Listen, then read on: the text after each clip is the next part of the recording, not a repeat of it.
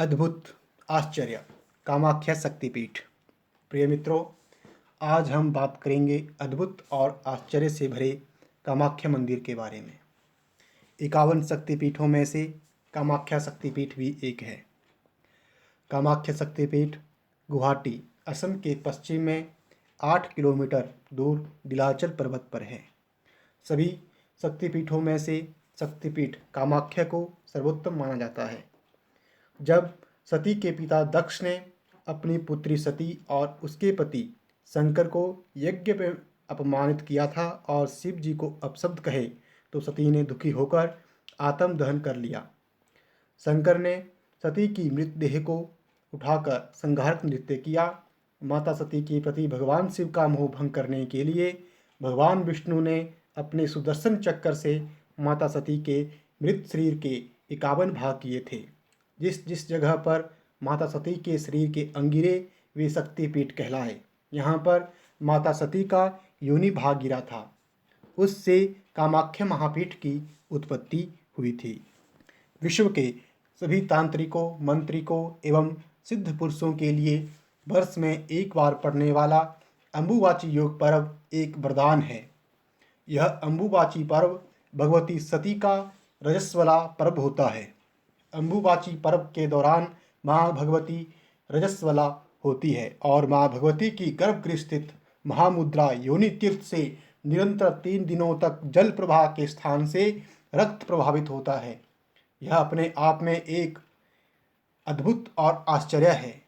इस पर्व के दौरान माँ भगवती के गर्भगृह के कपाट स्वतः ही बंद हो जाते हैं और उनका दर्शन भी निषेध होता है। कामाख्या देवी मंदिर से एक घटना जुड़ी हुई है जो इस प्रकार है। कामरूप का राजा घमंड में चूर असुर राज नरकासुर एक दिन माँ भगवती कामाख्या को अपनी पत्नी के रूप में पाने का घोर पाप कर बैठा था। कामाख्या महामाया ने नरकासुर की मृत्यु को निकट मानकर उससे कहा कि यदि तुम इसी रात में नील पर्वत पर चारों तरफ पत्थरों के 4 सोपान पत्थरों का निर्माण कर दो एवं कामाख्या मंदिर के साथ एक विश्राम गृह बनवा दो, तो मैं तुम्हारी इच्छानुसार पत्नी बन जाऊंगी, और यदि तुम ऐसा न कर पाए तो तुम्हारी मौत निश्चित है। गर्भ में चूर असुर ने पत्थरों के चारों सोपान प्रभात होने से पूर्व पूर्ण कर दिए और विश्राम कक्ष का निर्माण कर ही रहा था कि महामाया के एक मायावी कुक्कुट, जिसे कि मुर्गा कहते हैं, रात्रि समाप्ति की सूचना दे दी, जिससे नरकासुर ने क्रोधित होकर मुर्गे का पीछा किया और ब्रह्मपुत्र के दूसरे छोर पर जाकर उसका वध भी कर दिया। यह स्थान आज भी कुकटा चक्की के नाम से विख्यात है। बाद में भगवती की माया से भगवान विष्णु ने नरकासुर असुर का वध कर दिया। नरकासुर की मृत्यु के बाद उसका पुत्र भगदत्त कामरूप का राजा बना। भगदत्त का वंश लुप्त हो जाने से कामरूप राज्य छोटे छोटे भाग्यों में बंट गया और सामंत राजा कामरूप पर अपना शासन करने लगा। नरकासुर के नीच कार्यों के बाद एवं विशिष्ट मुनि के अभिशाप से देवी अप्रकट हो गई और कामदेव द्वारा प्रतिष्ठित कामाख्या मंदिर ध्वस्तप्राय हो गया, अर्थात नष्ट हो गया।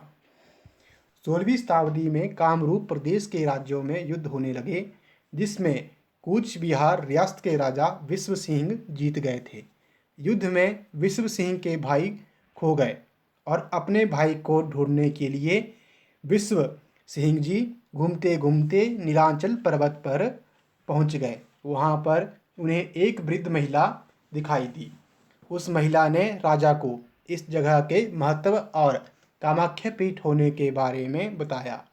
यह बात जानकर राजा ने इस जगह की खुदाई करवाई। खुदाई करने पर कामदेव के बनाए हुए मूल मंदिर का निचला हिस्सा बाहर निकला। राजा ने उसी मंदिर के ऊपर नया मंदिर बनवाया। कहा जाता है कि 1564 में मुस्लिम आक्रमणकारियों ने मंदिर को तोड़ दिया था, जिसे अगले राजा विश्व सिंह के पुत्र नरनारायण ने फिर से बनवाया। कामाख्या मंदिर से कुछ दूरी पर उमानंद भैरव का मंदिर है।